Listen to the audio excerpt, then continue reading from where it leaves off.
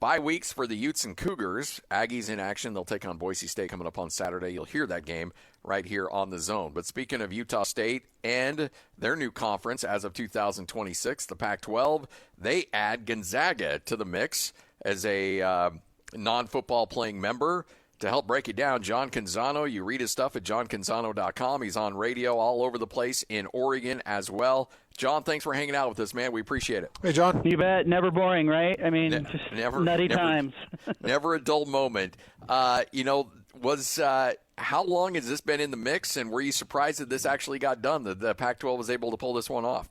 Well, Gonzaga and the Pac-12, that's been talked about for years, right? And I think it makes sense geographically, but there was always, I think, a real allergy from Washington and Oregon in particular to adding Gonzaga, and they saw that as a threat in the footprint. Oregon and Gonzaga wouldn't play each other for a long time, and so there were some problems there. But more recently, as this cropped up, of course, as the Pac-12 is looking at expanding and saying that they don't want to just take anybody, they want to take the right schools. They wanted to be very picky.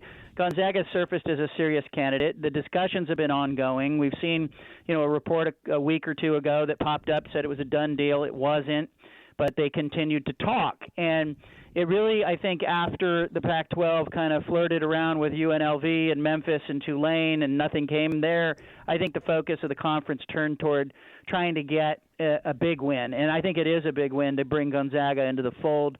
It's a basketball brand that is blue chip. It makes the Pac-12 relevant from a basketball standpoint, increases the media value. They'll enter as an all-sport member, but they don't have football. As we know, they have a library over the top of their old football stadium and their football field. So Pac-12 still needs one more school that plays all sports, including football, to get to the minimum of 8 that they need. But I think they're being very picky. They're being very prudent. Utah State, I think, was an addition that they really liked and got at the right price. And I think they're looking for one more, maybe 2 more from a football standpoint. But a big, big win for the Pac-12 today.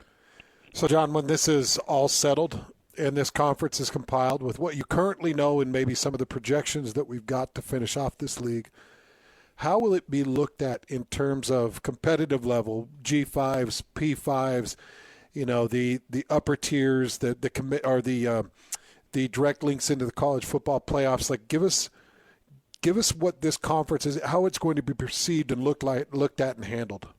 I think that's a to be determined, because I need to know who those last 2 members are. Is it UNLV? Is it Memphis and Tulane? Are they clearly now going to be positioned as the 5th best football conference, head and shoulders above anybody else that's out there, and with inside access on that 5th conference championship and automatic berth into the playoff? Are they that school, or do they go shopping here for maybe a Power 4 member who's not happy and a little restless in one of the other conferences? If they can do that, it changes the narrative a little bit, and suddenly you start to go, are they on par with the middle of the Big 12? Is their conference champion a team that you could see winning the Big 12 or the ACC? And so I think what they're trying to do is position themselves as the number 5 option and stay close to the Big 12 and the ACC. I don't think there's any illusion that the Big 12, the Big 10 and the SEC are trying to run away with football. And, because whatever comes next, there may be a possibility where you see the rest of the conferences band together. And I think the stronger that the Pac-12 can be, for that moment, the better off the Pac-12 is. But as far as where they're viewed, I think right now the addition of Gonzaga really helps them, not just with kind of the national narrative and their media rights valuation, but it makes it acceptable for other members who might have said, gosh, I don't want to be the one Power 4 school that leaves and joins the Pac-12. Like, what's that going to look like? And suddenly it's more palatable, I think, for Memphis going, well, yeah, we want to be part of this basketball renaissance, and UNLV going, well, wait a minute, we have second thoughts about the Mountain West, but there may be somebody else out there that we're not talking about, that the Pac-12 has talked with, and who might have just been saying, we're not ready to jump until they see somebody like Gonzaga in. So I think they've got a move or 2 left to make. Teresa Gold, the Pac-12 commissioner, told me today, shortly after it went public, she said, this is part of our plan This wasn't the plan. So there's another bite of the apple coming. John Canzano joining us. Without knowing who who the other team or teams will be, right now, looking at adding Gonzaga in basketball, a strong basketball conference, a good football conference, what's the value in the open market as they are going to market as that CW deal expires at the end of the year?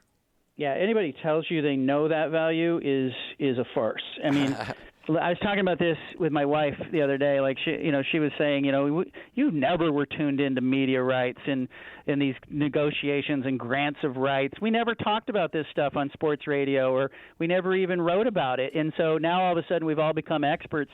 As I reach around to the people who work in that world, who like Bob Thompson, the former Fox Sports Network's president, who has emerged as a voice of reason, he told me, hey, you don't know until you go to market. The good thing for this conference is that they would be the only ones in the marketplace. They're not just at the front of the line. They're the only ones.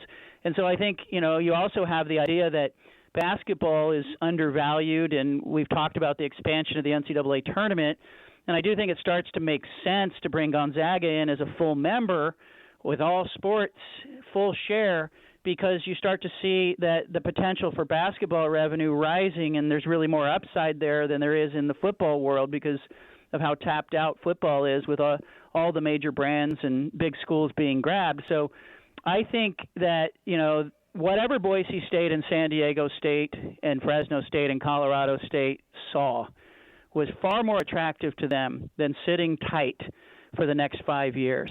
And that is the grant of rights in the Pac-12. They're only asking for a 5-year commitment, so that the contract would run through, 2031.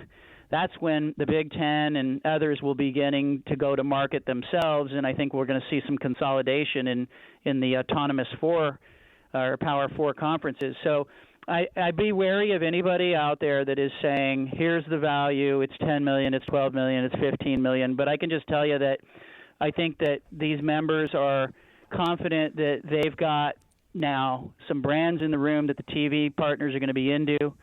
They have, in the last 3 years, this conference as it's comprised with these members would have had 4.7 NCAA tournament bids in a given season. That's what they're averaging. So this is a 4-bid or a 5-bid league in basketball, and they're looking for another football member who can add value and challenge at the top of the conference. And it's not a bad place to be if you think about where the Pac-12 has lived for the last year or so. John, we continue to ask questions with Utah State and their enrollment and admittance into that conference and what they had to do or what they're going to have to do to be admitted. Was it the same entry process as the early enrollees, the Boise States and Colorado States of the world? No, it was. It was much different. And I asked several sources who were involved, why didn't they just take 6 in the initial bite? They didn't want 6. They saw 4 that they thought were no-brainers at the top of the Mountain West, and it's why they went after Boise State and San Diego State and Colorado State and Fresno State. You and I might have picked different schools, but those were the 4 that they thought brought the most value, and coincidentally, or maybe not coincidentally, those were the top 4 schools as it pertained to viewership in the Mountain West. So they took the top 4 schools. Then they started conversations with Memphis and Tulane and South Florida. Now, I don't know if those conversations are over, because I think Memphis now is posturing like, hey, it was a no for now, and they're kind of looking around going, well, wait a minute, did you move on already? And so there may be a further negotiation there. But the Pac-12 had this order, this cascading order of offers. That's how it was described to me. And so when the American Athletic Conference schools expressed solidarity publicly, the Pac-12 pivoted back to the Mountain West and made an offer to Utah State, made an offer to UNLV, and I think would have been good with those 2 and then Gonzaga on top of it. But, Utah State was packed. It was on the corner. It had its suitcases ready. It was waving both arms when the Pac-12 came back. And, I am told that the donors at Utah State were offering to subsidize some of their exit fees and help make it work. There's obviously been tremendous investment in that program in the last few years. And you look at the 10-win seasons in the last, 10 or 11 years, I think it's 3 10-win seasons for Utah State. And, oh, by the way, guess who was number 5 in viewership in the Mountain West? It was Utah State. So they were just working down sort of their order of offers, and they got to Utah State, and I think we're happy to have them. And then I was told that the Pac-12 felt like it didn't need that extra school. And it tells me that they think they have a solid line on whoever number 8 and maybe whoever number 9 is. I won't be surprised if UNLV re-engages at some point, because I do think that the contract that they signed was not a contract. It was a letter of agreement. And so I'm kind of left going, okay, have they actually signed a contract saying that they're going to return? And are they going to have some buyer's remorse now? And but Utah State came in very different, and I don't think Utah State's feelings were hurt. I think the Pac-12 let them know, hey, you were high on our list, but we needed to have those 4, and they did not want Gloria Nevarez, who is a competent, smart, competitive person leading the Mountain West. They did not want her tuned into what was going on, because I think she could have blown it up. So I think they tried to keep that circle small, get Utah State at the right number, not overpay for UNLV, and that now they've grabbed Gonzaga. So it'll be interesting to see what comes next. Reports, and I want to get your thoughts on this in terms of the revenue distribution. So is it your understanding that these schools keep 50% of what they make from the NCAA tournament? And how appealing was that to Gonzaga? Their vibe of like, wow, we don't have to subsidize a bunch of other schools playing in these small gymnasiums. We get to keep a good chunk of this. And was that ultimately what pushed them over the edge?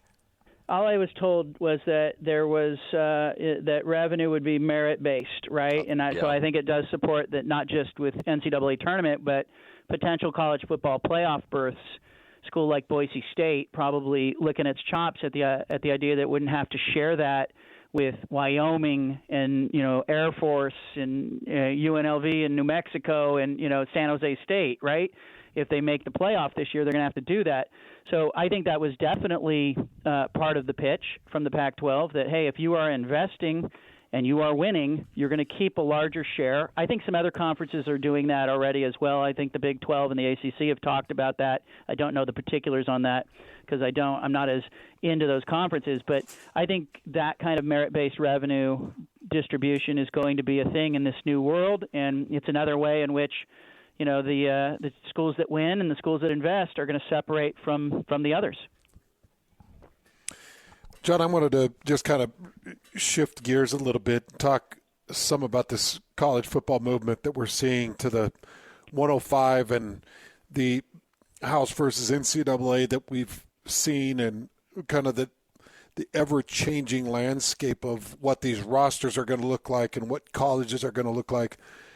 When you see this number going to 105 and cutting rosters back from some at 120, 135, how much is this going to affect the market, and how much is this going to affect rosters and what universities are having to do? Because I feel like it's something we have not spent enough time talking about. Yeah, there's a few things going on. It's, the scholarship, allocation within the departments, and then roster sizes have become big, subplots that are going on that coaches are talking about and ADs are talking about. But I'm going to tell you the byproduct of seeing scholarship expansion is going to be that you're going to have universities that are going to have to make their own decision on how much they value volleyball, softball, baseball, track and field, because we all know that investment in football and men's basketball is where you make the most money. And I had one AD even sort of talk about it, as a business, and said, isn't it absurd that, we're essentially businesses that have 15 or 16 locations, all the different sports, but only 2 of them are profitable, and yet we keep pouring money into these other ones. Well, I think what you're going to have happen with scholarships and roster sizes is, I'm being told that some universities are going to start tiering the sports and go, okay, these are our A-level sports where, we absolutely fund the maximum level of scholarships. And then these are our Bs and our Cs, and maybe when you get down to the Cs, you're not even going to the minimums on, where you used to be on scholarships. And I think it's particularly going to hurt Olympic sports on the men's side.